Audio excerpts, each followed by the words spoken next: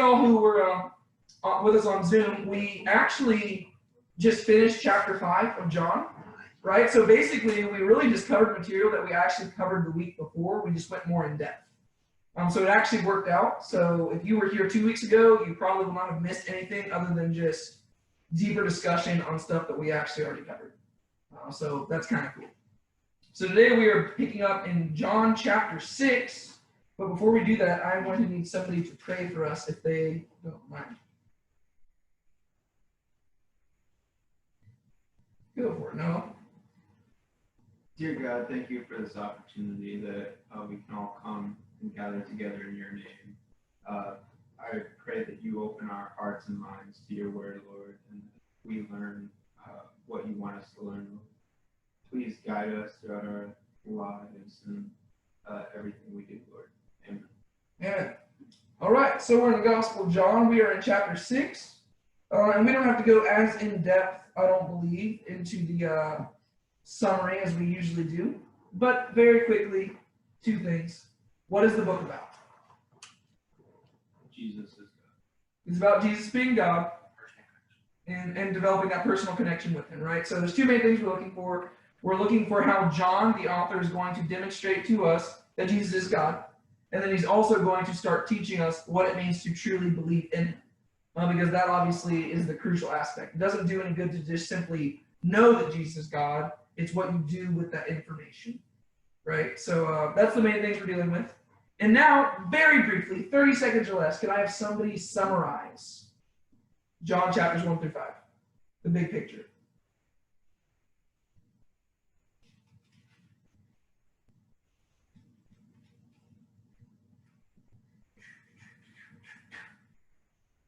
Jesus is performing miracles that show that he is the Messiah. Yeah, right? Very, very simple, right? Guy named Jesus comes into the world, and he starts doing a bunch of things that get a lot of people's attention. And as he's doing these things, slowly but surely, we're beginning to have a better understanding of who he is. Right? So we have him gathering disciples, turning water to wine, flipping tables in temples, talking with old guys in the dead of night, talking to Samaritan women in the middle of the day. And what's that? Scandalous, yeah. We got him healing Roman soldiers' sons from a distance, and we've got him helping a lame man stand to his feet. And then what we just most recently read is we read about this huge debate and discussion he had with the religious leaders, wherein he really just laid down the law. There's a pun there, because they really like the law. He laid down the law in a totally different way. That basically he was just showing them like, hey guys, y'all have misunderstood everything. I understand everything. And he also was declaring himself equal with God. And so that's where we're at, right? So Jesus, he is very aware of the fact that he is somebody important, and he is actually claiming to be equal with God. And as a result, there are these religious leaders who desperately want to kill him. And so now, we are picking up in John chapter 6, and we are going to read what is, I feel like I say this almost every week, but what is one of the most popular stories about Jesus? But that's because a lot of the most popular stories about Jesus come from the Gospel of John. But the interesting thing about this story is that this particular miracle, I believe this is the 4th sign that we've gotten in the Gospel of John, right? 4 of 7. This particular miracle is the only miracle, yes, I think it's the only miracle other than like the resurrection, that is accounted for in every single of the 4 Gospels, right? So this one is a pretty big deal because every single one of the authors, Matthew, Mark, Luke, and John, all of them thought it was important enough to record this miracle. So let's read about it. Can I have somebody read for us? Chapter 6, verses 1 through, let's say, where do we want to go through? Let's do 1 through 15. Okay, go for it, George. After these things, Jesus went over the Sea of Galilee, which is the Sea of Tiberias. And a great multitude followed him, because they saw his miracles which he did on them that were diseased. And Jesus went up unto a mountain, and there he sat with his disciples. And the Passover, a feast of the Jews, was nigh. When Jesus then lifted up his eyes and saw a great company come unto him, he said unto Philip, Whence shall we buy bread, that these may eat? And this he said to prove him, for he himself knew what he would do. Philip answered him, 200 penny worth of bread is not sufficient for them, that every one of them may take a little. One of his disciples, Andrew, Simon Peter's brother, said unto him, There is a lad here, which hath 5 barley loaves and 2 small fishes. But what are they among so many? And Jesus said, Make the men sit down, that there was much grass in the place. So the men sat down, in number about 5,000. And Jesus took the loaves, and when he had given thanks, he distributed to the disciples, and the disciples to them that were set down, and likewise of the fishes as much as they would. When they were filled, he said unto his disciples, Gather up the fragments that remain, that nothing be lost. Therefore they gathered them together, and filled 12 baskets with the fragments of the 5 barley loaves, which remained over and above unto them that had eaten. Then those men which had seen the miracle that Jesus did said, This is of a truth that prophet that should come into the world. When Jesus therefore perceived that they would come and take him by force to make him a king, he departed again into a mountain himself alone. All right. Thank you, George. Okay, so there we have a very, very significant and important and probably familiar story. Could I have somebody basically tell us the big picture of what happens? The food multiplies. Was that? Jesus multiplies it. Yes, he multiplied the food, basically produced a whole bunch of food from a whole lot of nothing, right? That's basically what happens. There's a lot of hungry people. They think about sending them away, but instead Jesus is like, why? We've got food right here, and we've got enough food for everybody. Yeah. And he feeds it. And what I want to do for this Bible study is actually going to be a little bit different, mainly because of the fact that we have this gospel, like this story recounted in all of the Gospels. I actually want to take a little bit more time, and we're actually going to read the account in each of the Gospels so that we have like the best picture possible of this story, right? Because this is actually, I think this is interesting for us because this is going to allow us to get a better idea of the perspective through which the gospel writers are writing, right? Because each of the 4 Gospels tell the same story, but they tell it in different ways. So I think that's going to be kind of cool just to take some time so we can look at that. Because I think most of us are familiar with the story itself, so I want to do something a little bit different to kind of flesh it out a bit. So that being said, I'm going to need at least 2 other people, maybe 3 people to read for me. Because if I only get 2, then I'll just be the other person who reads. But could I get somebody to flip to Matthew chapter 14? Okay, Finn, go for it. Matthew chapter 14. And then Noah, could you do Mark chapter 6? Yeah. And then is there anybody who wants to do Luke chapter 9? Britton, go for it. All right. And we're just going to do these one at a time. No, that'd be chaos. All of us can start reading. You want me to go first? Yeah. So you're Matthew, right? Matthew 14. Yeah. Could you read verses 13 through 21, Finn? 13 through 21. Okay. Yeah. And then after he reads, then we'll talk about it a little bit, and then we'll go to the next one. Okay. So go for it, Finn. Now when Jesus heard about John, he withdrew from there in a boat to a secluded place by himself.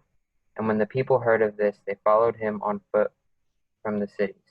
When he went ashore, he saw a large crowd and felt compassion for them and healed their sick. When it was evening, the disciples came to him and said, This place is desolate and the hour is already late. So send the crowds away that they may go into the village and buy food for themselves. But Jesus said to them, They do not need to go away. You give them something to eat. They said to him, We have here only 5 loaves and 2 fish. And he said, Bring them here to me. Ordering the people to sit down on the grass, he took the 5 loaves and the 2 fish, and looking up toward heaven, he blessed the food. And breaking the loaves, he gave them to the disciples, and the disciples gave them to the crowds. And they all ate and were satisfied. They picked up what was left over of the broken pieces, 12 full baskets. There were about 5,000 men who ate, besides women and children. All right, cool. Thank you, Finn. Okay, so just having read those 2 accounts, is there anything that y'all noticed that Matthew includes in his account that John doesn't include in his?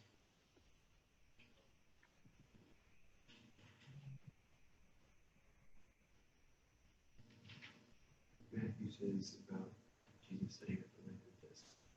Yeah, so Matthew gives it more information about what the land was like, right? So he's describing what the area was. And actually that's actually a really interesting point.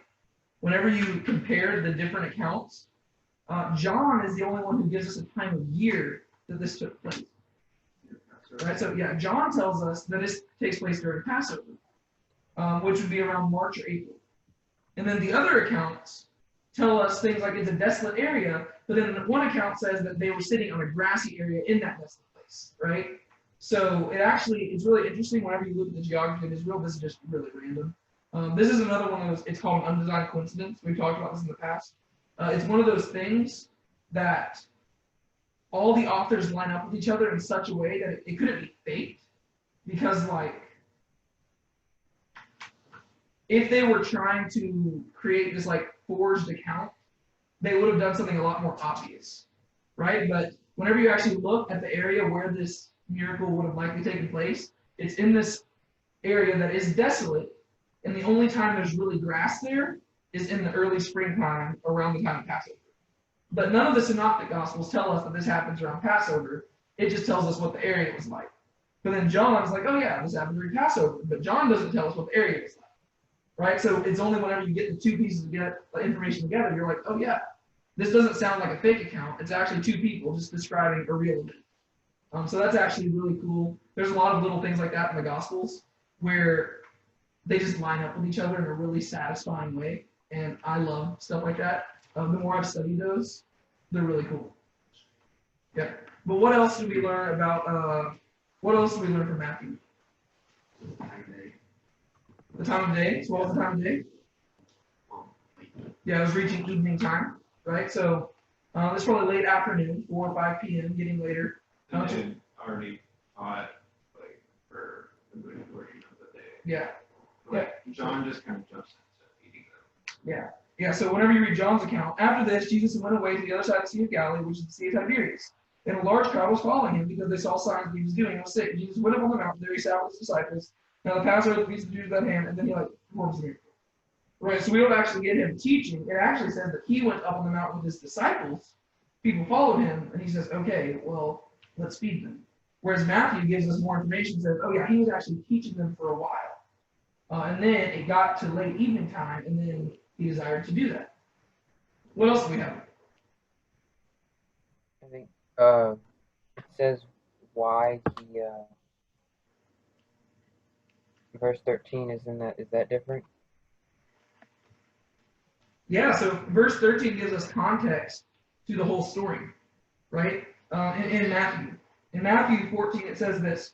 Now when Jesus heard this, right, and I think in Ben's account it actually said when he heard about John the Baptist, right? It says he withdrew from there to a desolate place by himself. Right, when he heard about John. Yeah. Verses, what's that, Ben? It says when he heard about John. Yeah. Yeah, when he heard about John.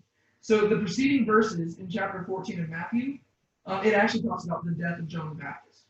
And so it talks about how John the Baptist, he'd been in prison. We've talked about this story in past weeks, where John the Baptist is put in prison and ultimately he's killed. And it says whenever Jesus heard about the death of John the Baptist, he decided to retreat away to be by himself. Which actually makes, to me, it makes this miracle even more amazing. Because Jesus was actually in like this grieving period where all he wanted to do. Oh, okay. Jesus was actually in the middle of this grieving period, right? His cousin had just been killed. And so he is extremely sad about this because if you know anything about Jesus, he has said some great things about John the Baptist. He really cared about John. And John has just been brutally murdered, right? He was beheaded by like this terrible ruler. And so Jesus is actually wanting to go off by himself to be with his disciples and probably mourn, but these people won't leave him alone. That's how popular Jesus has gotten. And instead of just being like selfish and just saying, oh my gosh, he's like is that most people get annoyed by that, right? Imagine, whenever my dad died, right? Imagine that I spend an entire day out ministering to people, and then I was like, okay, I just want to go home and be by myself and chill and just mourn, right? Imagine I went home, yet there was like a line of people waiting outside my door to have me minister to them. And all I wanted to do was sit at home and be alone. But these people are waiting for him, right? So like we actually have this, it's really amazing what Jesus does here. Because I think it's in Matthew's account where it says, when he went ashore and he saw a great crowd, he had compassion on them and healed their sick. Right? So Jesus is just wanting time by himself, but these people follow him. And he actually has compassion on them and still serves them, rather than just serving his own desires. Like that's really cool to me. Just a little piece of information that is often overlooked. And so that also lets us know that John the Baptist was killed in between chapters 5 and 6 of the Gospel of John, right? Whereas we don't get that information because John, the author, doesn't really find that as important. The main thing the author, John, wants us to know is that John the Baptist testified about Jesus, and after he's done that, his purpose to the story isn't really that important. Whereas the other Gospels, their focus is a little bit different, so they find it important to mention that. Is there anything else you'll notice here?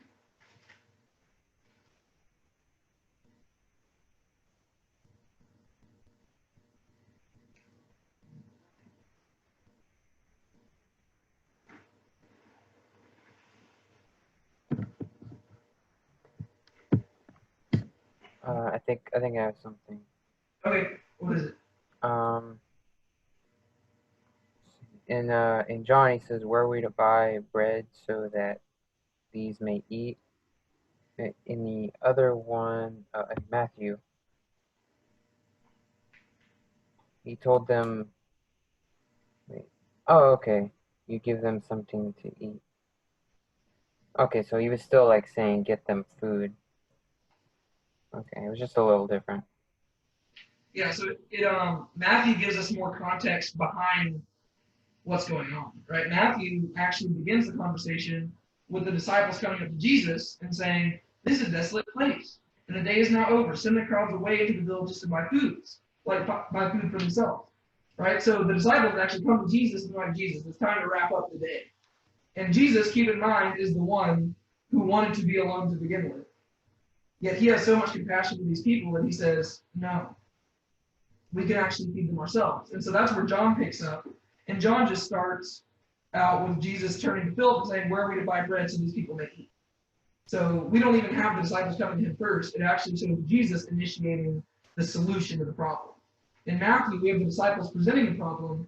In John, Jesus is just presenting them with him trying to seek out a solution, right? So just a little different folks in there.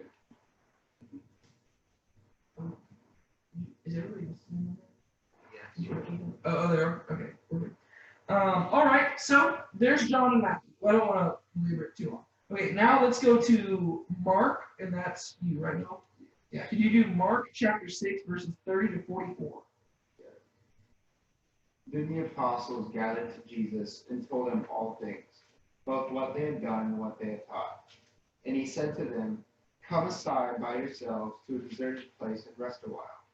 For there were many coming and going, and they did not even have time to eat.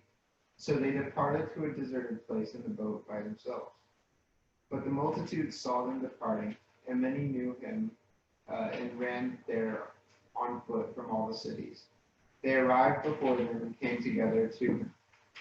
And Jesus, when he came out, saw a great multitude, and was moved with compassion for them, because they were like sheep, not having a shepherd.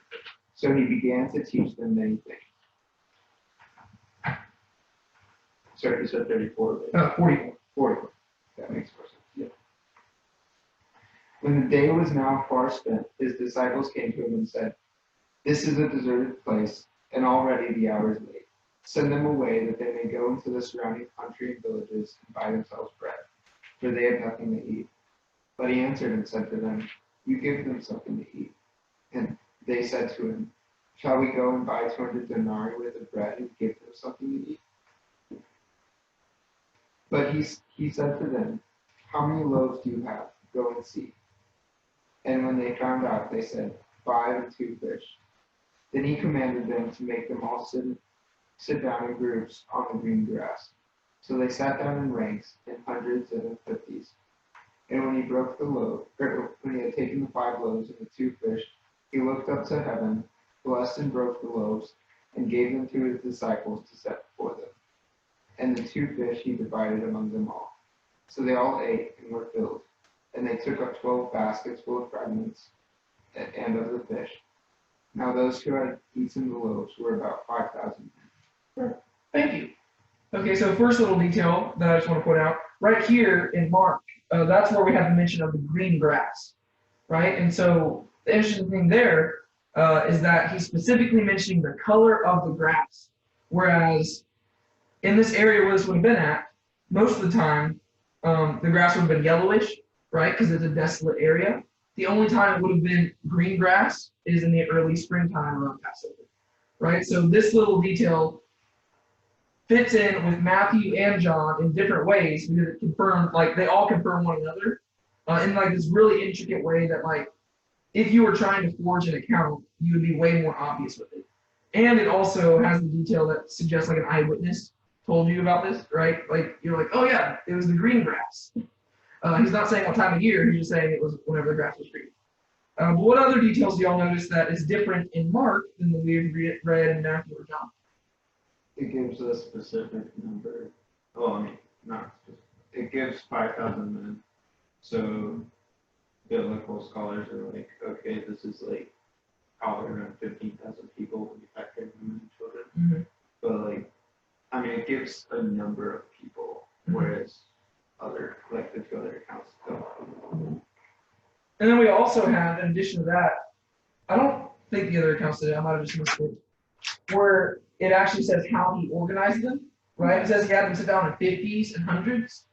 So that would suggest that's how we know how many there were. It's not like they were just like 1, 2, 3, 4. Like Jesus was being smart here. He's like, if we're going to distribute food, most likely what they did is that they said, okay, all the men of the household or whoever's here, all the representatives, the men, they come over here, gather together in these groups, and we'll distribute the food according to those, and then you can go bring the food to your families. Right? So Jesus is doing this in a very like organized fashion. You know, he's giving to the disciples distribute it. Very smart here. And they're like they didn't count everybody, they counted the groups of men. Right? It's like, okay, well there's a group of 50 there, a group of 100 there, a group of 50 there. There's 5,000 men plus women and children. What else do we have in Mark?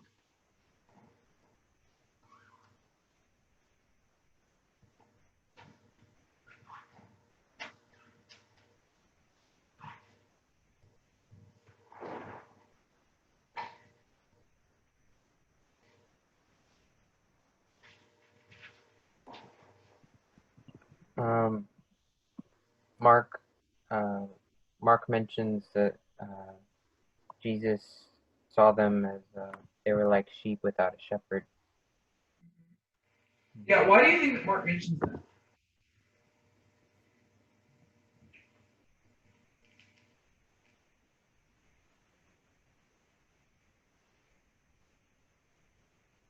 Is Mark trying to establish, Jesus?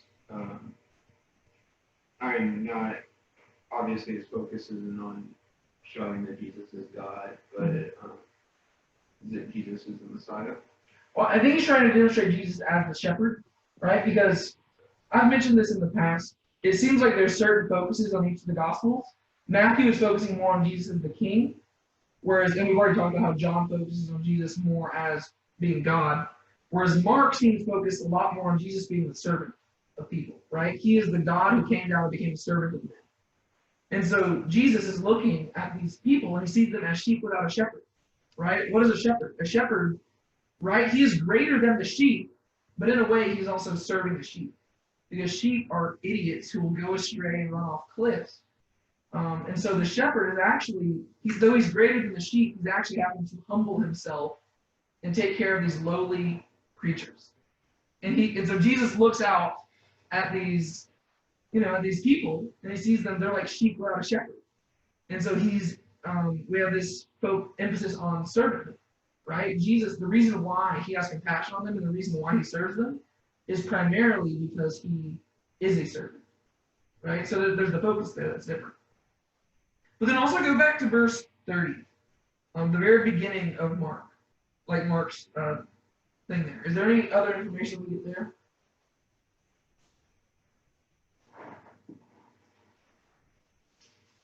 Yeah, the disciples, it sounds like they've been out teaching. Mm-hmm. So like Jesus comes secluded to this mountain and then sends his disciples out to teach. And then at this point, they come back and it's like, okay. Yeah, so we actually get more context that leads into the miracle, right? So in Matthew, we have the context of the fact that John the Baptist had just died, right? And that immediately led into this miracle. In Mark, we actually have the same story. If you look right above it, it talks about John the Baptist's death. But if you go to the story above that, we actually have Jesus sending out the 12 apostles to go and preach the things that he's already been teaching, right? So we have Jesus, he's already picked the 12 apostles, he's trained them up, they've learned his teachings, and now he sends them out 2 by 2 to go out and preach the gospel to the people. And then they come back. And so now we actually have more motivation for Jesus to get away. Not only is he grieving John the Baptist, but he's actually wanting to give the apostles time to rest and kind of just reflect, give them a break. Ministry can be very exhausting. Not only are you helping people out physically, but you're trying to minister to their souls. And so it can be exhausting. He wants to give them a little break.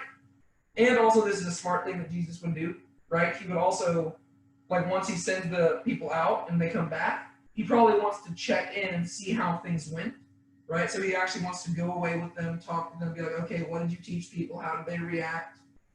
Maybe correct them a little bit in case they got some of his teachings wrong, stuff like that. So he's actually wanting to get away with them also so that he can minister to them, right? It's more just like a little retreat, him and his 12 buddies.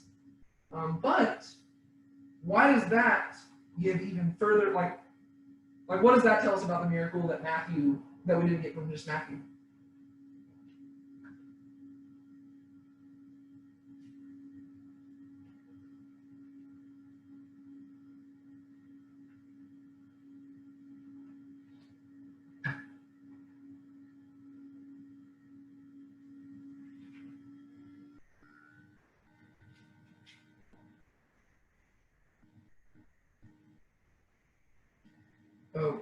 Lorelai is joining. Expecting that.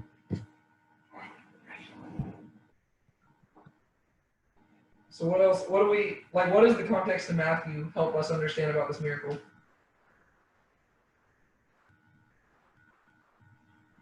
Well, that one mentioned that it was after the death of John the Baptist. Mm-hmm. Are you asking what's different between Matthew and Mark?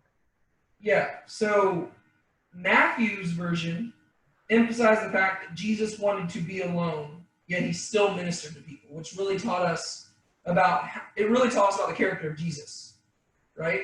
But then this one tells us about how the disciples Jesus also wanted to be alone for the disciples so that they could rest.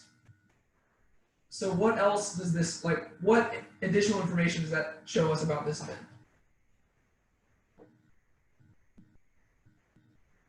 Trying to get us to put our thinking caps on here.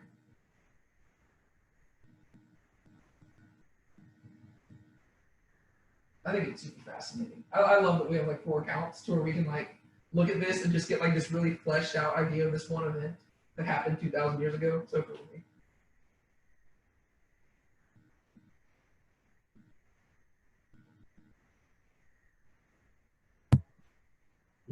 Maybe the fact that Jesus wanted to minister no matter what. Yeah, think about the example that he is setting for his disciples right here. Okay. They know, these, most likely, we don't know their age. Their age doesn't really matter. But most likely, these were teenagers, young adults, right? They're following their mentor around. They have just been out there ministering. They are exhausted. And Jesus has just experienced the death of a loved one. And so he also wants to be alone. Yet in this moment, he chooses to minister to other people despite his own desire to be alone. Think about the example that sets for the disciples. Not only is he ministering to the crowds, but he's also ministering to the disciples by teaching them what true ministry and what true Christian service is like. He's showing them, hey, even when you're exhausted, even when you want to be alone, even when you want to be selfish, there are people who are in need, and you need to strive to help them out. And so these disciples, they're like exhausted. They're ready. And even Jesus is admitting, he's like, yeah, there is a time to rest. They are leaving to go give them times to rest. But when these people show up, you can almost imagine the disciples, like they're riding on their boat across the water and they see these huge crowds and there's like this sigh of exasperation. They're like, oh, like I thought we were coming here to rest. I thought this was like a retreat. I thought we were getting away from the crowds.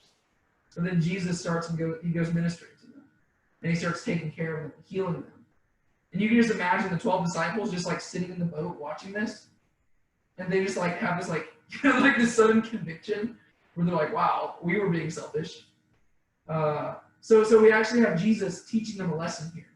And he's showing them that even whenever you're going through something tough, that's no excuse to be selfish, right? You still can actually minister to people amidst all that. Even whenever you rightly deserve rest and you rightly deserve a time to be alone, you still have to be thinking of others first. And I think that's really cool. He's kind of preparing them for his death Mhm. because, like, he just, John the Baptist just died this week for him, but like he knows he's gonna die, and they're gonna grieve for him, of course, but then it's like you need to keep working. No, they did a bad job at that until he showed himself. Yeah. To them. But like he tried to teach him. Well, and to go along with your point, like even after the ascension, right? Like I mean, Jesus obviously didn't die there, but in a physical sense, it's like it's almost like death in the sense that he left and they were not going to see him again in this life. I mean, some of them seem to think that he was probably returning like soon. I don't think they necessarily thought that it was going to take over 2,000 years, but that like this is just a thing about Christian history. Hey, can you like memorize that? Nope. A little thing about Christian history. Pretty much every single generation since Jesus has thought that he was returning during the time period. So, I mean, he could come back whenever. We don't know. To me, the only reason I would think that it's more likely now is because if God waits much longer, he's probably going to have to apologize to Sodom and Gomorrah. Because, I don't know, it's getting pretty rough. I don't think I have to sit over here. But, no, so the disciples, as far as they knew, they weren't going to see Jesus again after the ascension, right? And so in a way, it's kind of like death. Like, they're like, oh my gosh, like, this guy's gone from us. So even after the resurrection, it's like they departed. And they kind of, like, just stayed in Jerusalem for a bit. Even after Pentecost and everything, they kind of, Jesus had told them to go to the ends of the earth. But they just kind of just chilled. Hey, Lucy. Doing good. But yeah, so even then, they kind of just waited around and basically took persecution to make them leave Jerusalem. So, yeah. But okay, let's go to Luke. Britton, could you read, what chapter is that? I have it. Luke chapter 9, verses 10 through 17. On their return, the apostles told them all that they had done, and it took them and drew them apart to a town called Bethsaida. When the crowds learned it, they followed him, and he welcomed them and spoke to them of the kingdom of God and cured those who had need of healing. Now the day began to wear away, and the 12 came and said to him, "Send the crowd away to go into the surrounding villages and countryside to find lodging and get provisions, for we are here in a desolate place." But he said to them, "You give them something to eat." They said, "We have nothing more than 5 loaves and 2 fish, unless we are to go and buy food for all these people." For there were about 5,000 men, and he said to the disciples, "Have them sit down in groups of about 50 each." And they did so, and had them all sit down. After taking the 5 loaves and the 2 fish, he looked up to heaven and said a blessing over them. Then he broke the loaves and gave them to the disciples to set before the crowd. And they all ate and were satisfied. And what was left over was picked up, 12 baskets broken. All right, thank you. Okay, also one little detail I forgot to mention in the Mark passage. Did y'all notice that whenever it said the crowds came to him, it said that they ran? I don't know, this is like really funny to me. It says like whenever they heard that Jesus was over there, they ran by foot and beat him. That's just another focus that you'll notice in the Gospel of Mark, is that it's a very fast-paced gospel. Mark's favorite, Brian's joining. Mark's favorite word in the entire gospel is the word immediately. You'll notice that in the Gospel of Mark, it is just constantly like Paparazzi. yes, it is paparazzi, 100%. But Mark is just always saying like hello.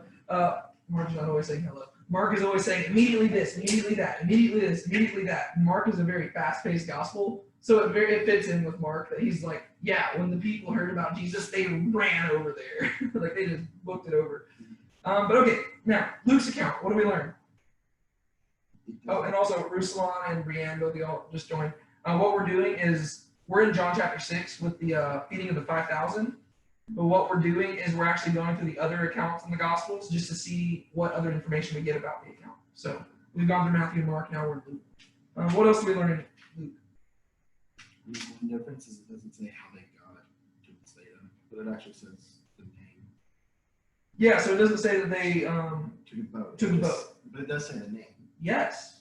Yeah, so right here we actually get the location, which is interesting, and we'll talk about why that's interesting whenever we get to the John account and actually start walking through it verse by verse. But yeah, so we don't get how they got there, we just get where they got, right? They went to the town Bethsaida, right? What other information do we get?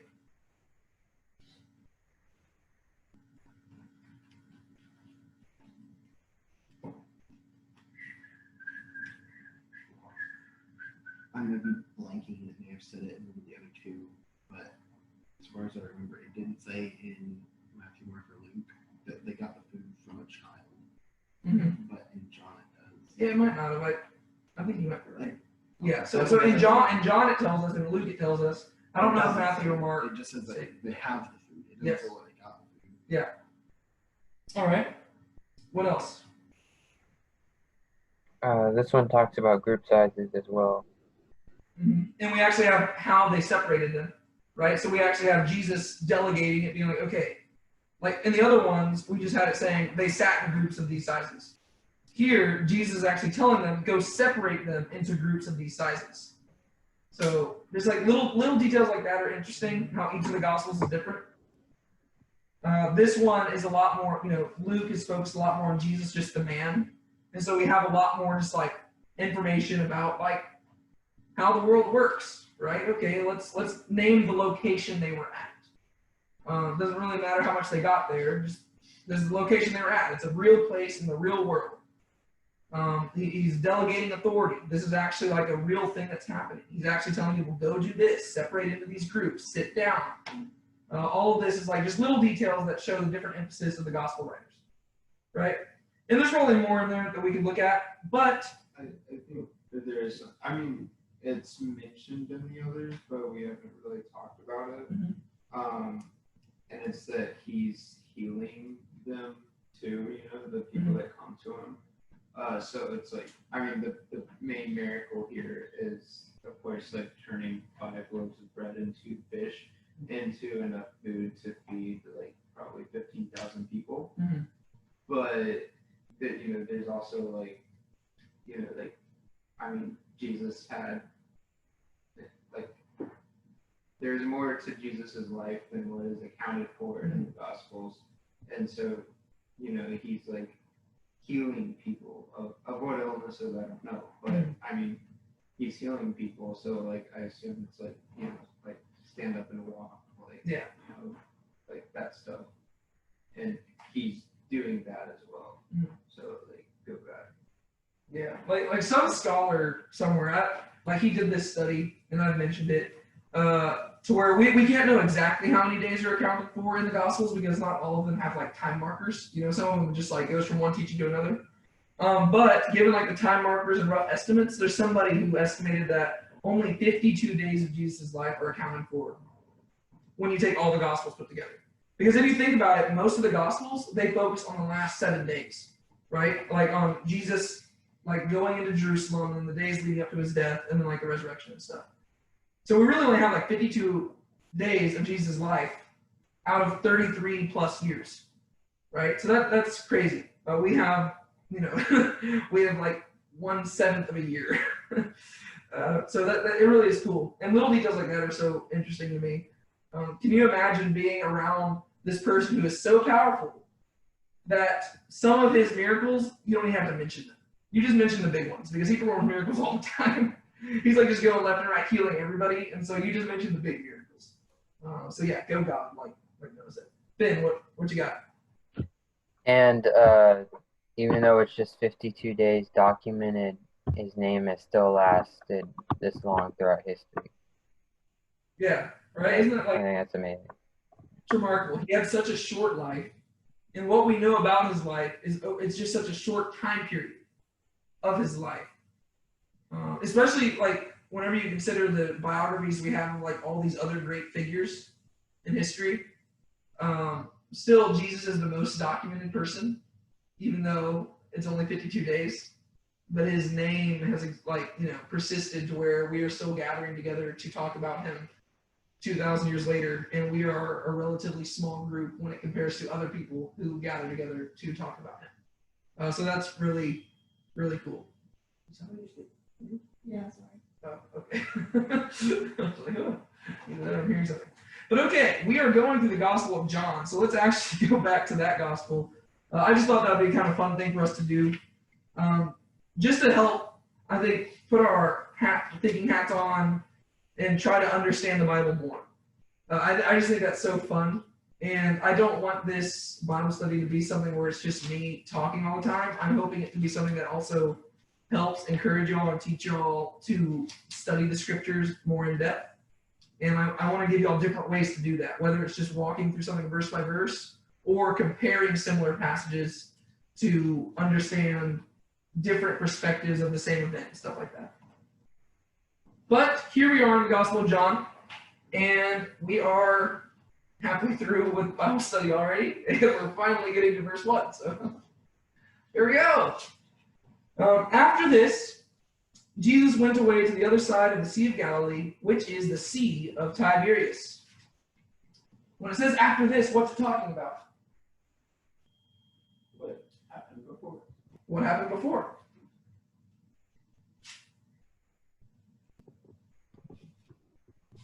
The feeding, right? Yeah, well, no, we're still in the feeding of the 5,000. Chapter 6, All right, verse I'm 1. sorry. We're actually going to walk through that passage verse by verse now. Okay. This is when he talks to the Pharisees about I said the title is the fourfold witness, but yeah, he brings up Moses and he like counter argues the Pharisees in like 3 or 4 different ways. Yeah, so this is, from the other accounts, we know that this is after the death of John the Baptist, after the disciples have gone out and come back. But in the Gospel of John particularly, he's just telling us that this is sometime after Jesus had this debate with the religious leaders where he basically said, I'm equal with God, and if you don't believe my witness, here's 4 witnesses that testify to me. John the Baptist, my miracles, God himself, and Moses. Right? And when he says Moses, he's talking about the scriptures. The whole Old Testament, stuff like that, right? Moses, specifically, whenever they said Moses, they could typically be referring to the first 5 books of the Bible, Genesis to Deuteronomy, because those are the ones that Moses wrote. But they could also use Moses as a term for the entire Old Testament, just because Moses was like, he was the dude. But most often it was just the first 5 books. But so here we are. After this, sometime after that, we don't know how long, we don't know what feast he was over there for. But sometime after that, Jesus went to the other side of the Sea of Galilee, which is the Sea of Tiberias. Why is it called the Sea of Galilee? Hey, Mama. Because it's in Galilee, right? Why is it called the Sea of Tiberias? Is it? Oh, okay. It's like this in Tiberias, but I don't know. Well, there's a guy named Tiberius. Yeah, well, he was a ruler, and he actually founded a city there called Tiberias. It's still there to this day.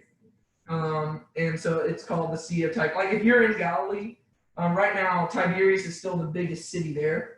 To where if you're ever there at nighttime, most of the coastline will be pitch black because it's still mainly just like fishing villages and stuff. But the one place that's bustling and there's just like shining lights is Tiberias, right? So it was established by this Roman ruler Tiberius who came, and so that's what they're the same thing. It's called the Sea of Galilee or the Lake of Galilee, the Lake of Tiberias. The Sea of Tiberias is also known as Kinneret or Gennesaret. That comes from the word Kinnor, which is a harp. And the reason why it was called Gennesaret or Kinneret is because if you look at the sea, it actually looks like the shape of the type of harps they used to play.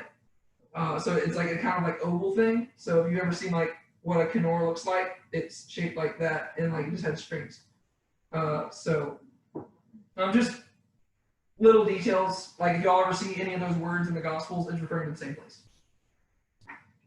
So after this, Jesus went away to the other side of the Sea of Galilee, which is the Sea of Tiberias. And a large crowd was following him because they saw the signs that he was doing on the sick. Important question. We've already studied Matthew, Mark, and Luke. Why do you think that John doesn't include those other details in this account? Why doesn't he talk about the death of John the Baptist? Why doesn't he talk about the disciples getting sent out and coming back and stuff like that?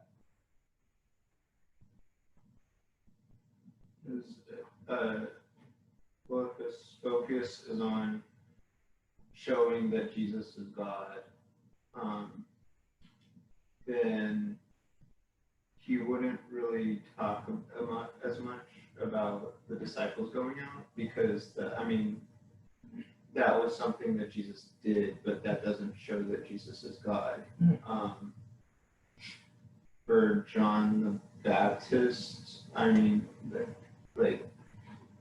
seems kind of like conniving in a way, but he's not bringing. If he doesn't bring up John, then it doesn't it kind of like doesn't mention a physical worldly attachment he had as the cousin. I don't know. That's just me logically thinking. Yeah. But I don't know. Then I'd say that's an aspect of it too, but I would say it's primarily the first part, right? So the first aspect you brought up there is that it's not necessary to the narrative he's telling, right? So this is one thing you'll see skeptics bring this up a lot of times. They'll say, oh, well, this one gospel account mentions this detail, but none of the others do, so obviously that didn't happen. Well, it's like, well, no, that's not necessarily true. These are different eyewitnesses who are telling different stories, they have different focal points. Right? If me and Sean here were to talk about the same story, there's different things that we'd be trying to get across in that story that would help, that would cause us to say things in a different way. Right? If you had me go walk outside and you asked Sean about what it was like running cross country with David in high school, he could tell you. And then if we had Sean walk outside, I came back in and you asked me, what was it like running cross country with Sean in high school? I could also tell you the same thing. And our stories would corroborate with each other, and they would actually flesh it out even more, but they'd be from different perspectives.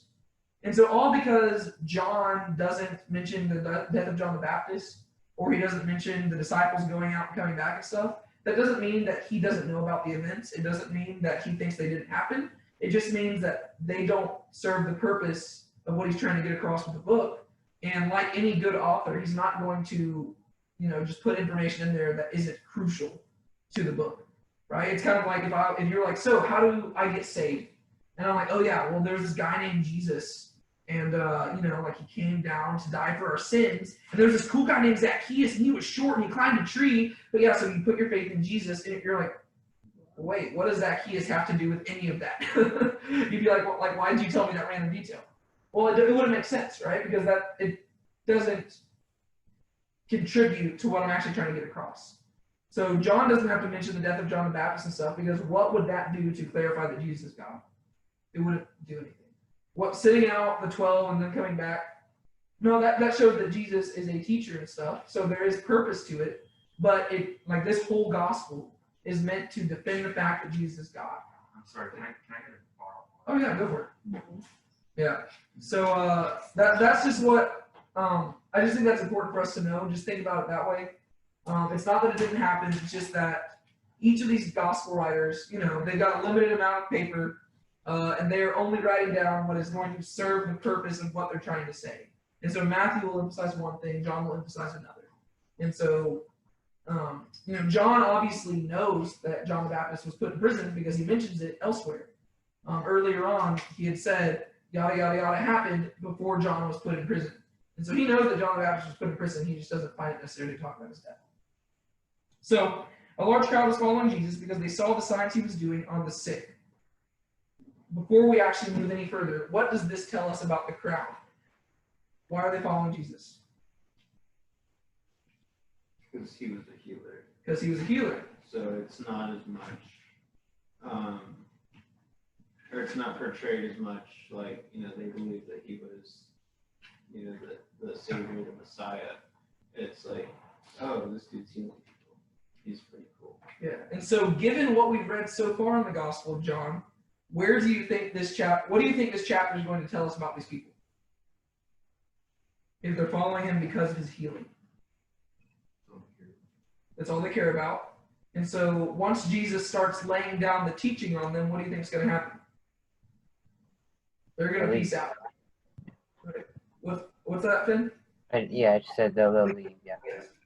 Yeah, so basically this is what we've already seen a few times.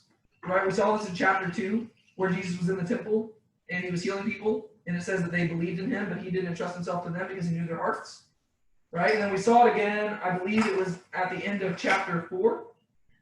Right? Whenever he comes to Galilee, and he says that certain people, that no prophet is welcome in his own hometown, because he knows that they're only going to be attracted to him because of what he's doing.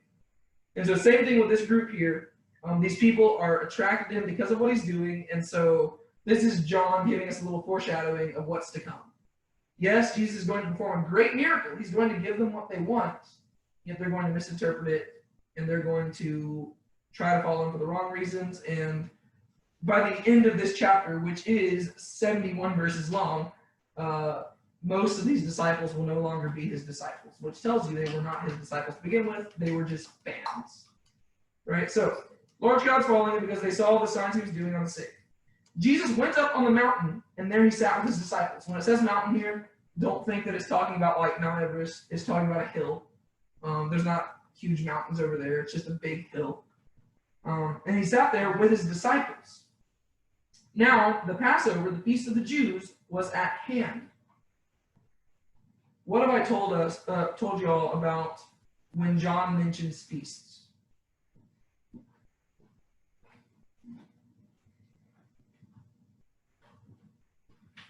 Because John's going to mention a lot of feasts in his gospel.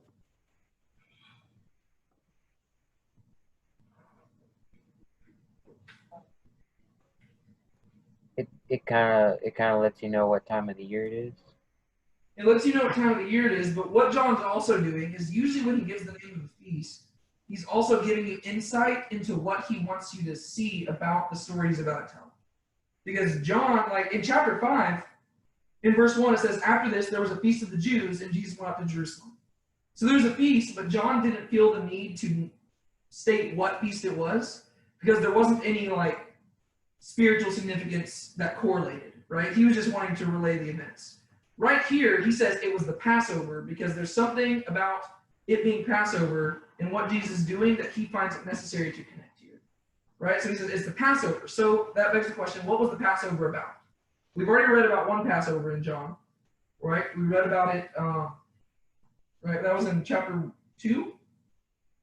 The Passover, chapter 2, verse 13, the Passover of the Jews was at hand, and that's whenever he went down and he flipped the tables at the temple. Yeah. So what was the Passover about? Is the redeeming of the Israelites from Egypt. So, every man, I think, child, or every man, for every family, animals included, the firstborn would die. So they put blood on the doors so the angel of death would skip over their homes. So it's like, it's kind of like some semblance to the resurrection or death, So if there were any themes that I would say would specifically contribute to this chapter, it would be first off this, it would be Passover is all about being delivered from death. But then it's also called the Feast of Unleavened Bread. right? And the reason why it was called Feast of Unleavened Bread is because the deliverance would be so quick that the people themselves would not have time to allow bread to rise, so they weren't allowed to put yeast in their bread, right? They would have to make it unleavened so that they could just cook it and leave, because they were going to be leaving Egypt really quick. They would not have time to prepare the bread. What Jesus is about to do, he's about to make bread from nothing.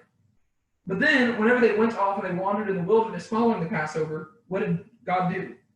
He provided bread for them from heaven, right? Okay, we got 10 minutes. Don't let me forget that we have 10 minutes. You have 10 minutes. Thanks, Ellen. Thanks. So God provided bread from heaven for these people to feed them supernaturally when they had nothing to eat, right? And this was after the Passover. As a result of the Passover, this is what happened. Well, what Jesus is about to do calls back to that, and we're going to have a lot of callbacks to that in this chapter. So these are the reasons why I think John focuses on that. He says, "Hey, this is the Passover," and it also serves the purpose of explaining why there were a lot of people around. Because a lot of people would have been traveling, making their way to Jerusalem for Passover. And so they come by Jesus and they're spending time there while they're getting ready to go to Passover. Especially if this is the year after Jesus just caused this huge stink, flipping the tables and stuff. They're probably like, we want to travel to Jerusalem with Jesus, see what he does this year. So the Passover, the Feast of the Jews, was at hand.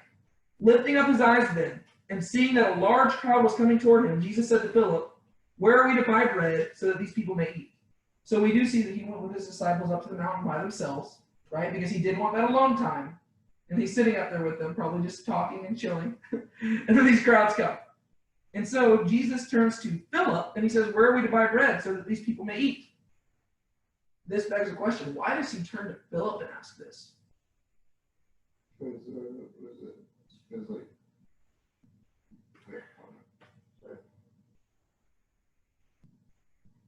wait, never mind. It was Andrew. What do we know about Philip? He wasn't the tax collector. We really don't know much about Philip. The only gospel that really gives any focus to Philip is the Gospel of John. And we have read about him one time so far. He was one of John the Baptist's disciples. He wasn't one of those, but he was one of the ones who came the next day, right? So we had Andrew and John, and then Peter, right? Those are on the first day whenever Jesus starts gathering disciples. The next day he finds Philip. And do you remember what we read about Philip? It's in chapter 1, if anybody wants to go there.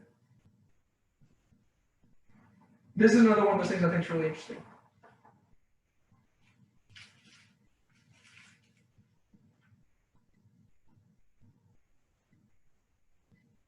Philip is from Bethesda. He's from Bethsaida, right? And where did this miracle take place? Bethsaida, right? But we don't get told that in John. We get told that in Luke. Luke tells us the miracles in Bethsaida. John tells us that Philip was from Bethsaida. But they don't both tell us that information. And it's not like this is just another one of those details. It's so cool how it correlates.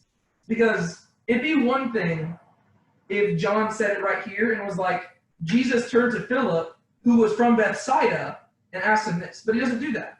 He tells us that Philip was from Bethsaida in a totally different part of the book. So if they were trying to forge this and make it correlate, that would have been, right here would be a good place to say it.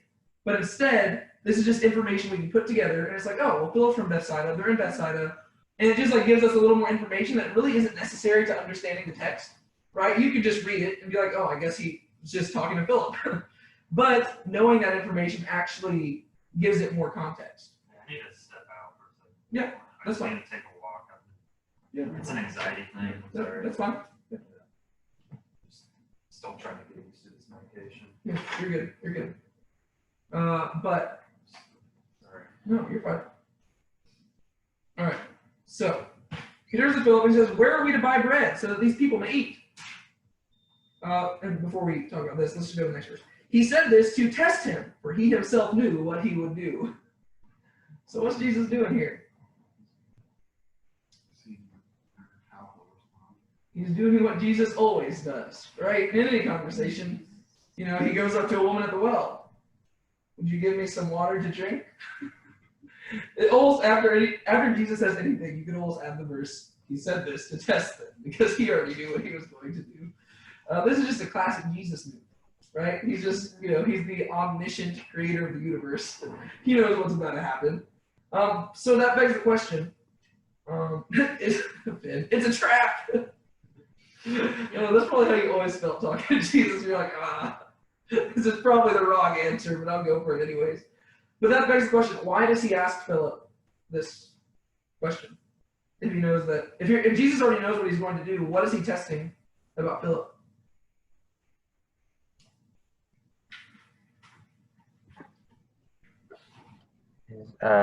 His service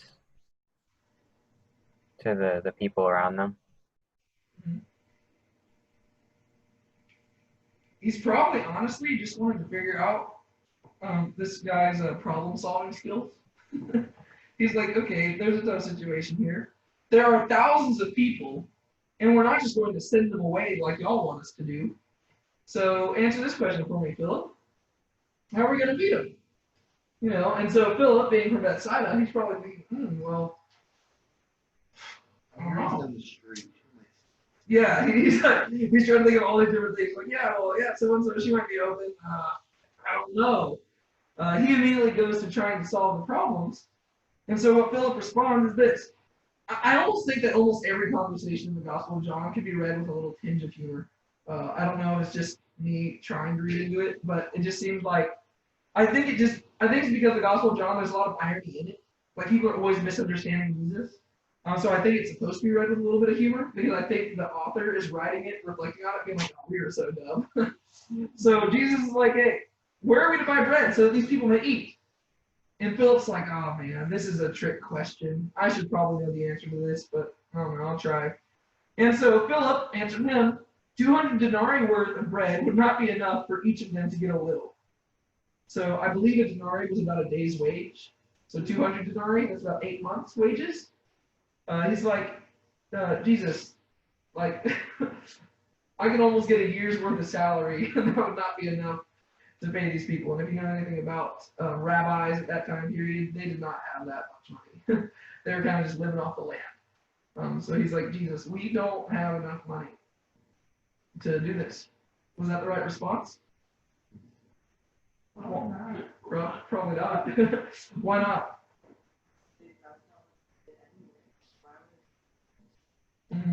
Yeah, like, there's this one passage, I heard this other person tie it to this. It's in Ezekiel. Y'all know the story of the Valley of Dry Bones? Or whatever. So you have this like whole idea, God's talking to Ezekiel, and there's like this Valley of Dry Bones, and he's like, hey, Ezekiel, how shall these body of dry bones come alive again? And Ezekiel just turns to God, and he's like, only you know, Lord. That probably would have been a good response to give to Jesus. That's probably like the only proper response here. Jesus is obviously asking Philip an impossible question. He's like, hey, there's probably around 15,000 people sitting down here. How are us 13, right, 12 disciples of him, how are us 13 people going to feed 15,000, right? They're outnumbered probably 1 to 1,000, right? So it's like each one person has to individually feed 1,000 people. And he's like, how are we going to do this impossible thing? And Philip's like, well, we don't have enough money. So he immediately starts just pointing out what they lack, which, if there's any application here, that would be what we often do with God, right? If God like sometimes impresses on our hearts that we need to do something that seems a little bit impossible, we immediately start like looking at like all the reasons why we can't do it, rather than just realizing like, maybe if he's called us to do it, he can do it, and we need to trust in him. Right? So Philip here, we can see that he's not a fully mature disciple yet. He is still failing to grasp a full understanding of the whole trust factor. So Philip answered him, 200 denarii worth of bread would not be enough for each of them to get a little.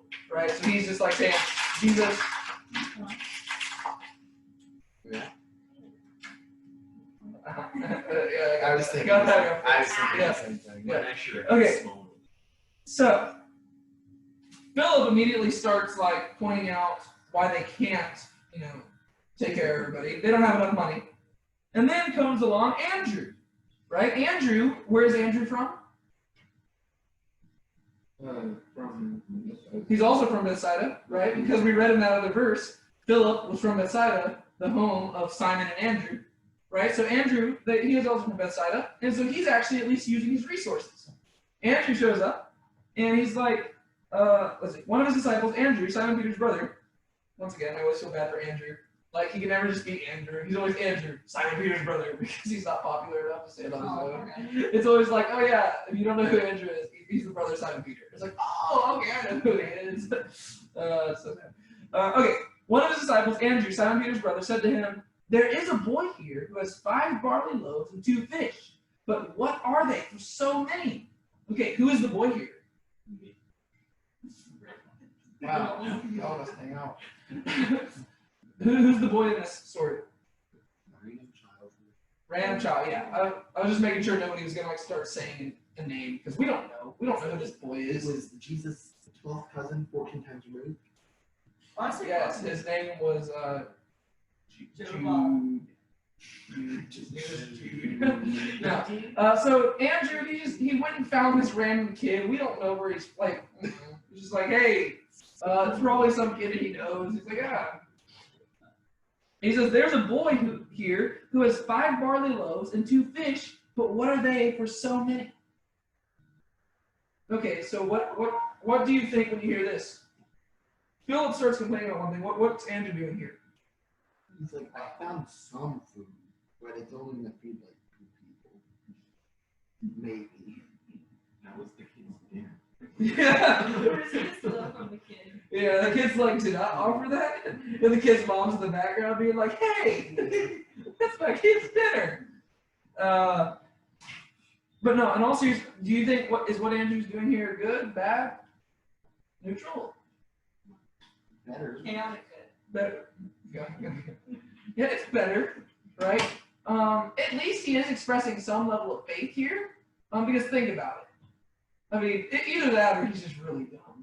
He's like, Jesus is like, hey, we gotta feed 15,000 people. And Philip's over here over here doing the numbers. He's like, Jesus, even if we got all our money together, we can't feed them. And Andrew's like, I've got 5 loaves and 2 fish. Is that enough? And like, you can just imagine all the disciples looking at Andrew being like, really? I just imagine one of them like reaching over and Yeah, but the thing is, this is what I love about the story, is that Philip, everybody's probably agreeing with Philip, right? Everybody's looking at Philip and being like, yeah, he's got a valid point. We don't have enough money. We can't feed these people. And then they look at Andrew and they're probably like, let's see, math is not everyone's strong suit, yes. Well, Yeah. Andrew does say, but what are they among so many? Yeah. So he's like, this is what we have, but it's not enough. Yeah. But what I love here is that everybody probably looks at Andrew in this moment and they're probably like, dude, like, what are you even thinking? Like, why would you even bring that up? Like, you yourself admit that's not enough to feed everybody. Why would you even bring it up? But what we're going to see is that Jesus is going to do what Jesus always does. He's going to take the thing that seemed rational and prove that it was irrational. And he's going to take the thing that was irrational and prove that it's actually the rational thing. Because Philip over here, he's bringing up a good point. We don't have enough money. Everybody's like, yep, that's a good point. Andrew's over here being like, we got 5 loaves and 2 fish. And everybody's like, that's not enough. And Jesus is like, that's more than enough. He's like, we're going to have, like, Jesus is over here being like, we're going to have baskets left over, people. Like, that's good. Thank you. I'll take the 5 loaves and 2 fish. Which is interesting because Jesus didn't need that, right? He could have just produced it from nothing. But rather, he did use the resources that were provided. So it's like, we have that faith element that in response to Andrew here, right? Andrew's like, hey, I don't know what you can do with this. It doesn't seem like enough to me. But you're also the guy who turned water to wine, so I'm just going to throw this out here. You can throw it right back. We got 5 loaves and 2 fish. How's that work for you? And Jesus is like, bring him over here. And the kids over there like trying to fight for his fish. Andrew's like, take it. Jesus needs it. So, Jesus, in response, says, have the people sit down. Right? So now you have the disciples being like, oh, this is going to be interesting. Because they come around Jesus and now, at this point, they probably recognize he's about to do something pretty cool. He's got 5 loaves and 2 fish, yet he's telling them to sit down, thousands of people in groups of 50. right? And then we have the comment, where's that? No, there was much grass in that place. I don't think that that's put there for any theological purposes. I think this is just the author telling us that he was an eyewitness and he was there. What? Yeah, he was like, there was grass. I was there. I'm not making up this story. This is a real thing. I was not making it up to prove it. Yeah. So the men sat down, about 5,000 in number. Once again, we don't have it that all the women and children sat down too. It seems like that they gathered the men together, have the men sit down. This is just how Jesus is working here. He's just saying, okay, we're gonna have a representative from each household. Y'all sit down. And this, just thinking about it, makes logical sense. Imagine there's thousands of people gathered here trying to get all the children to sit down. And if the children aren't sitting down, you can guarantee the women aren't sitting down because they're going to be chasing after the children, trying to get them to sit down. So Jesus is like, let's have the men sit down. Gather them in groups. We'll give the food to them. They can get the food to their families, right? That's what's happening here. The men sat down, about 5,000 in number. Jesus then took the loaves, and when he had given thanks, he distributed them to those who were seated. I love how understated it is. It doesn't say that he multiplied it. It just says that he took the 5 loaves, blessed it, and gave it to 5,000 people. Like, Here's your crumb. yeah, it's like, he's like, God, thank you for this food, and there you go, there you go. Like, but it's so awesome how this works. Like, I want the visual. I doubt that's how it works. I want the visual to be that he actually ripped off like a crumb and like set it on someone's like lap or plate or something, and then just a loaf to it. it's like those little pills that you throw in the pool, like, and then it turns into like a big, like, giant, like dinosaur or something. No, that's always something that, like, all these miracles, I just wish I could see them, because visually I'm like, I want to understand. But that's not the point. The whole point is that Jesus is so powerful that you don't even have to explain what he's doing. You just have to say, yeah, he took 5 loaves, fed over 5,000 people. You don't have to explain how. You just know he blessed the food, gave it out to people. It's like, oh, okay. I guess he can do that. You can, like, this, once again, is just evidence that the author spent a lot of time with Jesus. Because, you know, if you were just some random guy who just, like, came across it, like, you know, I would, like, literally spend so much time detailing this. I'd be like, okay, so he took it. And then, like, as he, like, broke one piece, it turned into 2. And I would give so much information. Oh, Finn's trying to get me. But instead, John, you know, this is John writing after he has seen Jesus die and come back to life. And so he's like, you know what? This is a big deal. It's not the most important thing. Just know that he blessed the food, gave it to everybody. He doesn't have to give, like, all this crazy amount of detail. He took the loaves, and when he had given thanks, he distributed them to those who were seated. So also the fish, as much as they wanted.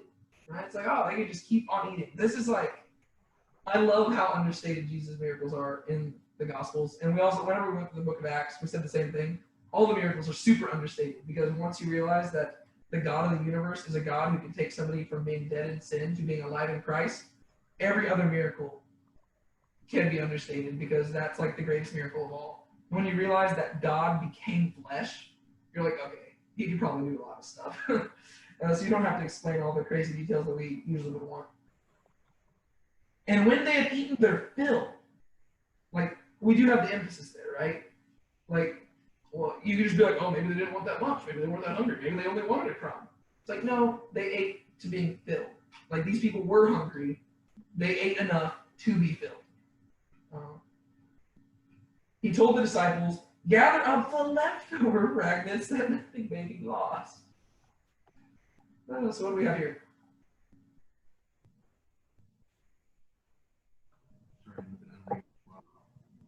Reasonable amount.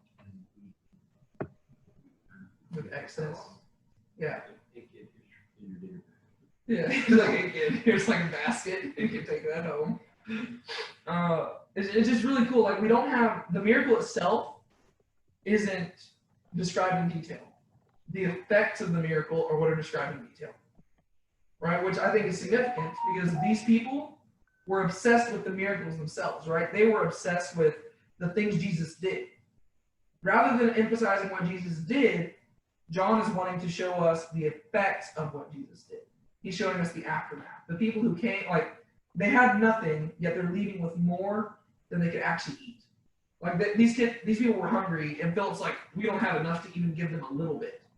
And Jesus is like, I'll take those 5 loaves and 2 fish, and people will have so much that they will be stuffed, and will have stuff left over. Like, that's really cool. So they gathered them up and filled 12 baskets with fragments from the 5 barley loaves left by those who had eaten. Right? So once again, we have the emphasis here. 12 baskets of 5 barley loaves. It's like, how does that even work? How do you fill 1 basket with 5 barley loaves? How do you fill 5 baskets with 5 barley loaves? No, he filled 12 of them.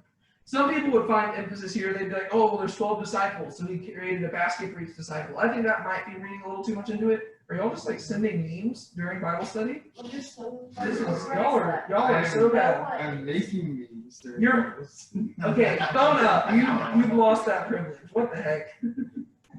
They're related. Well, save the memes for afterwards. We only have a little while left. I think the main focus here, whenever it says that there's 12 baskets, I think that's just John once again saying I was eyewitness. This was a real event. It could be that there's significance to it, but we actually have another account where Jesus feeds 4,000 people, and the 12 disciples are present there too, but there's only 7 baskets left over, I believe. And so, like, really, it just seems like they're just stating this is a real event that actually happened. There were, like, you could actually number the people, you could number the loaves and fish that were there, you could number the baskets that were left over afterwards. These are all details that just show this isn't a made-up event. Right? If you're telling like a fairy tale, you're not going to go, you're just going to say there was a great crowd and there was no food and there was a lot left over. And John's like, no, we can put numbers to this.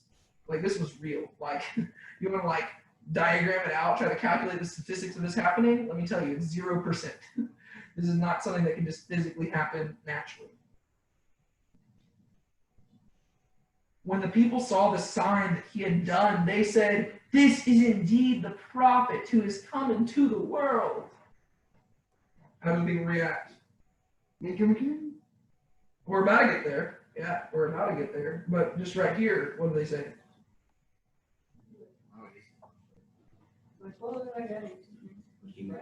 So they were following him because at first they were following him because he was healing people.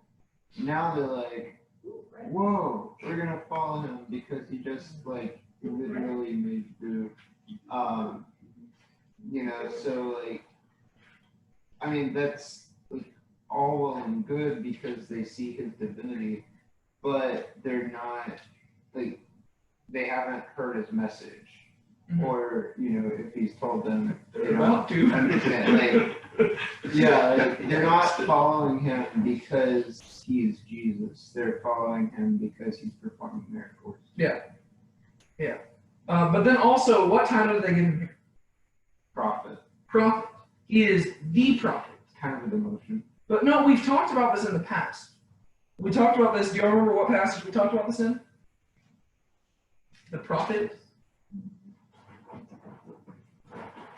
It's in the Gospel of John a few weeks ago.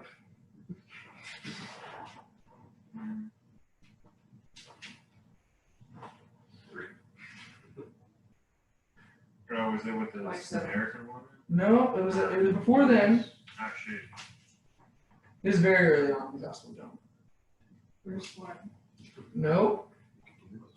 Nope. Even earlier than Nicodemus. Verse 2. Nope. Verse 5. Okay, was John the Baptist's message? It was. It was with John the Baptist. Do y'all remember what happened? There's the people who came to question John the Baptist. Yeah. Do y'all remember what they asked him? Yeah, basically asked him if he was a prophet or if he was Elijah first. Uh-huh. Then they asked him if he was a prophet, and then he replied, I am the voice of someone shouting in the desert, make a straight path for the Lord to travel. Yeah. So we had it, first off, they said, are you the Christ? And he says, no, I'm not the Christ. Okay, are you Elijah? No, I'm not Elijah. And they say, are you the prophet? And he says, no. Do y'all remember what did they mean whenever they said, are you the prophet? Who is the prophet?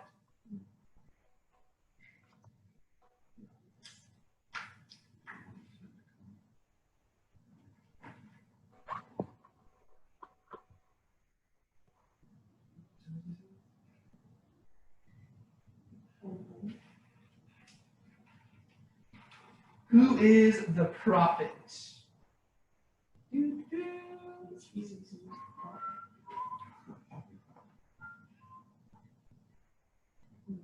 question. Okay, I'm just gonna go for it. Okay, Deuteronomy chapter 18, right? Do y'all remember Moses? A guy named Moses. You remember him? We talked about him last week. We talked about him the week before. Moses, very significant guy. In Deuteronomy 18, if you need a brief recap of Deuteronomy, that is the book that was written. It's the last book of Moses. It was, and basically the whole book is Moses setting everybody up for his death. Deuteronomy, it's literally like a Greek word. It's like Deuteronomos, which literally means like second law, like like it just means second law. So basically, he's restating in Deuteronomy. He's restating everything that you get really in like Exodus, Leviticus, Numbers, stuff like that. He's restating it to the people and preparing them for his death. And so Deuteronomy ends with the death of Moses. And so in that book, he's telling them, hey guys, this is what y'all need to prepare for. Whenever I die, these are the things you need to know going forward. And that's where we have, you have the Ten Commandments restated again. And we have a lot of key points restated. But in Deuteronomy 18, we read this. This is Moses speaking. The Lord your God will raise up for you a prophet like me from among you, from your brothers. It is to him you shall listen. Just as you desired of the Lord your God at Horeb on the day of the assembly, when you said, let me not hear again the voice of the Lord my God, or see this great fire any more, lest I die. And the Lord said to me, they are right in what they have spoken. I will raise up for them a prophet like you from among their brothers. And I will put my words in his mouth, and he shall speak to them all that I command him. All right, so right there we have this promise, right? Moses turns to the people, and he says, there is a prophet like me who is to come. Some people associated this prophet with the Messiah. Some people did not. That's why whenever the people were questioning John the Baptist, they said, are you the Christ? He said, no. Are you Elijah? No. Okay, well, are you the prophet? Because some people, they weren't sure if the prophet was the Christ or not, so they said he could be something different. These people all, apparently, because of what Jesus has done, they associate him with the prophet, right? He has just fed them, and so they cry out, this is indeed the prophet who has come into the world. Why do they say that?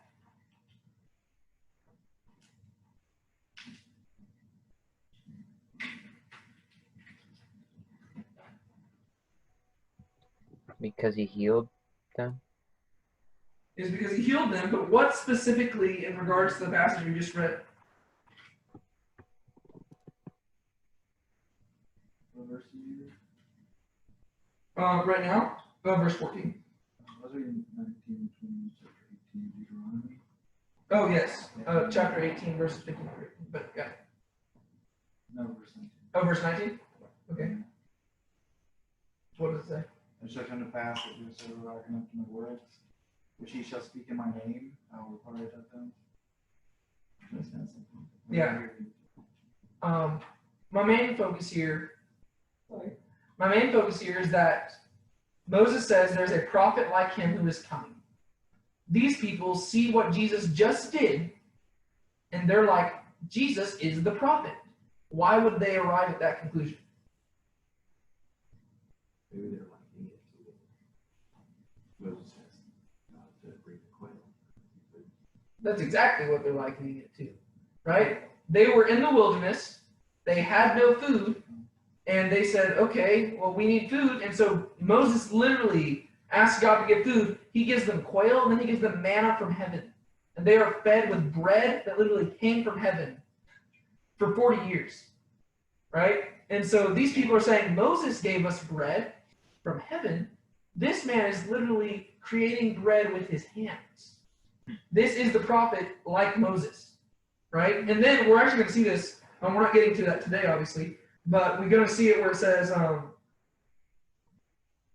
let's see. So Jesus is going to say to them, verse 32, truly, truly, I say to you, it was not Moses who gave you the bread from heaven, but my Father gives you the true bread from heaven. Right? So their whole thing is going to be like, oh, Moses this, Moses that. Moses gave us the bread. Therefore, if you're giving us bread, then you must be like Moses. And he's going to be like, if you think I'm like Moses because of that, you're mistaken. Because it wasn't Moses who gave you that bread. It was God who gave you the bread. So if you're... God. Exactly, right? That's his comparison. He's saying, I'm not like Moses. I'm like, God. That's going to be his ultimate conclusion there. And we'll get to that, if not next week, and the week after. But right here, that's their conclusion, right? They are looking and they're saying, oh my gosh, this dude is doing what Moses did. We were in a desolate place where there was no food, and he is feeding us. And they're like, indeed, it's the prophet. Because once again, they are obsessed with the things he's doing, right? And so, what are they eventually going to do? We're going to read it in the next verse. But they're going to try to make him king, which is very ironic because do you know what Moses told them about kings? Bad idea. Let me actually see if I can find that verse real quick.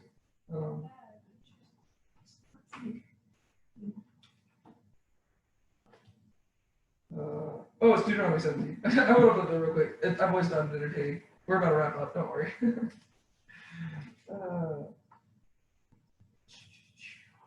Let's see.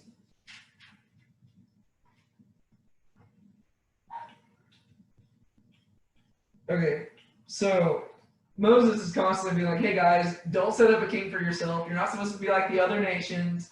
Don't set up a king. You're supposed to be holy. God is going to be your king. And then when you get to Deuteronomy 17, verse 14, it says this. When you come to that land that the Lord has given you, and you possess it and dwell in it, and then say, I will set a king over me, like all the nations around me, you may indeed set a king over you, whom the Lord your God will choose. So Moses is like, guys, don't set up a king. Don't set up a king. Don't set up a king. God doesn't want you to set up a king. So when you get to Israel and decide to set up a king, this is what you need to do. Because Moses knows their hearts, and he knows that even though he's telling them not to set up a king, he knows they're going to do it. And so he's like, well, if you insist, here's at least how you have to manage it in a godly way. If you insist on being rebellious against God, at least be rebellious in the least possible manner, like in the least rebellious way possible. That's just always entertaining. So these people right here are reacting to Jesus in the same way that the people reacted to Moses, right? They're seeing Moses, they're seeing the amazing works that he's doing, yet they're not understanding the message he preaches, right? Moses tells them, don't make a king. They go and make a king. Jesus right here, they're like, hey, you're the prophet. Let's make you a king. And he's like, I don't want to be made a king. You're missing the point. So, verse 15, perceiving then that they were about to come and take him by force to make him king, Jesus withdrew again to the mountain by himself. Isn't that an interesting little verse there? Can you imagine like making somebody a king by force? I don't want to rule. Too bad. You're in charge of the nation. Yeah. What do you think? What's the main point that John's getting across here?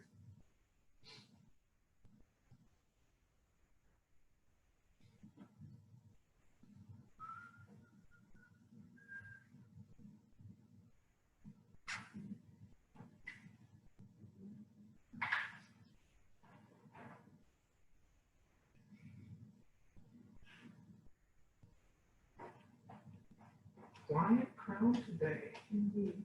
So, your family's like hurricanes. What? So your family's like hurricanes. So, anybody? What's the main point of verse 15? So, like, the point is, like, he's not their physical king, which is what the crown is. Mm-hmm. And also, he is the Messiah, but he's not the Messiah that comes and conquers for Israel, that they thought. He's the Messiah that saves everybody. So, him refusing to be king opens the door for all of us to go to heaven. Mm-hmm. And that's what God's plan was. Mm-hmm. So let me ask you some questions, because that's 100% correct. Is Jesus their king? Yes. Yes. Whenever Jesus is killed, what are they going to put as the charge against him on the cross? King of the Jews. Has Jesus been called king prior to this in this gospel?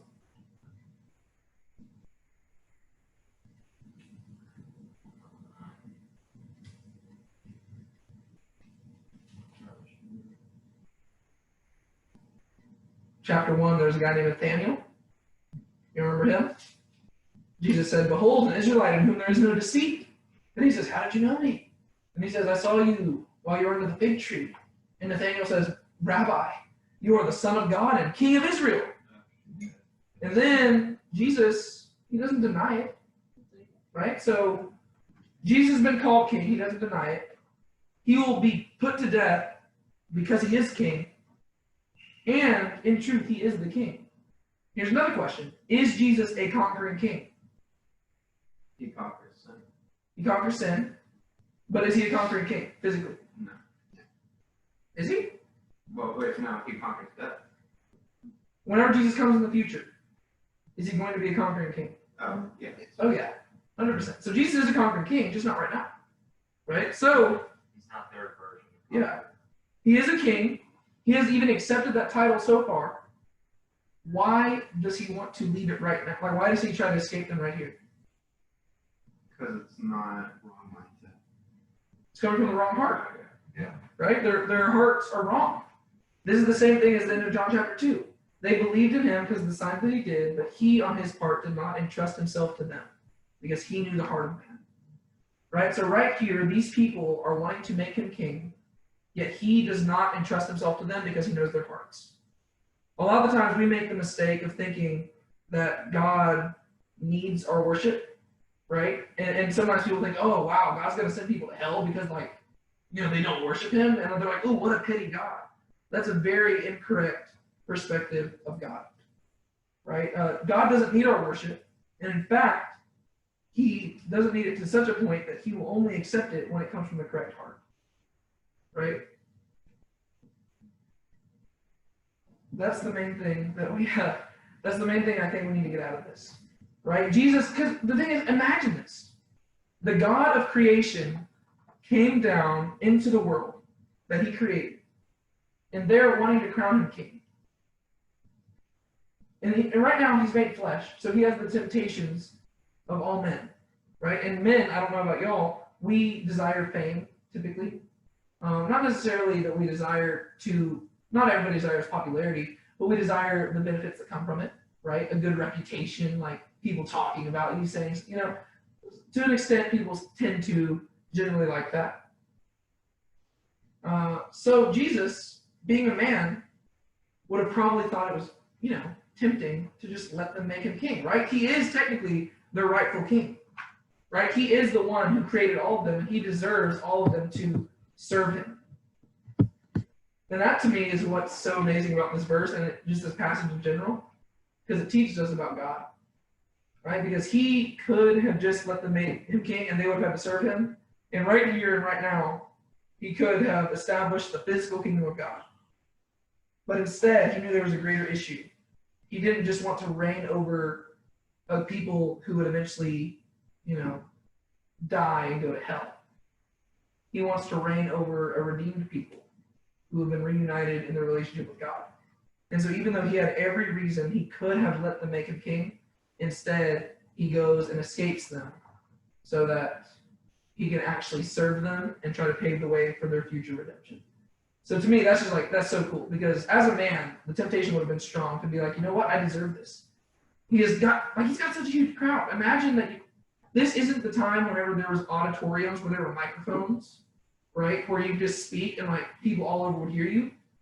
15,000 people have come to sit on a hill for him to speak, right? He doesn't have a microphone.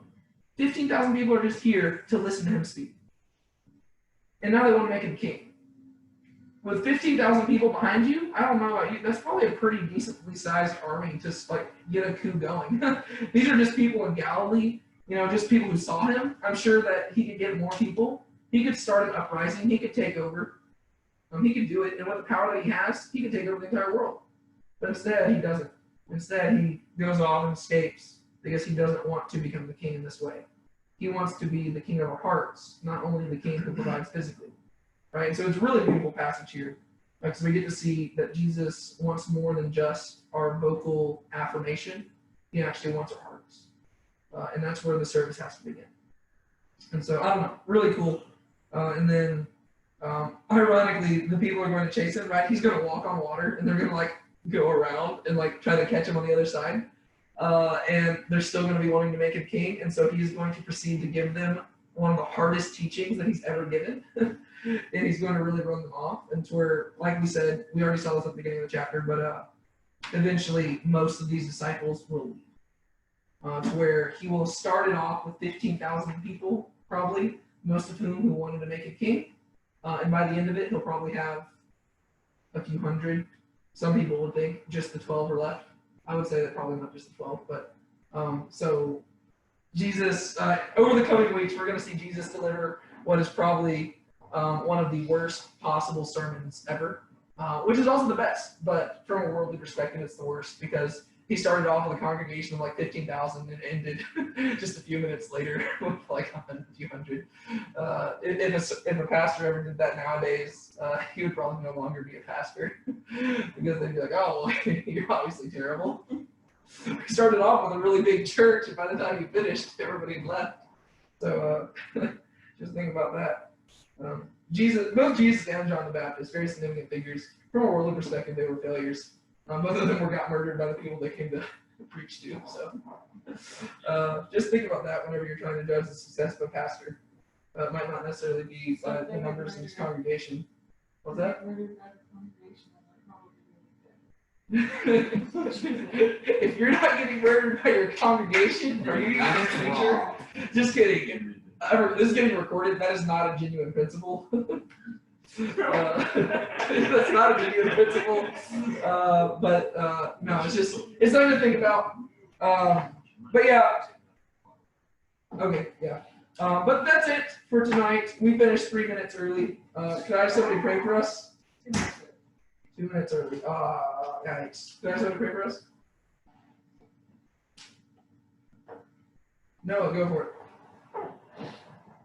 Dear God, thank you for this night that we all get together and gather in your name. I pray that we all learn something from tonight and from your teachings, Lord. And I pray that you allow us to, you help us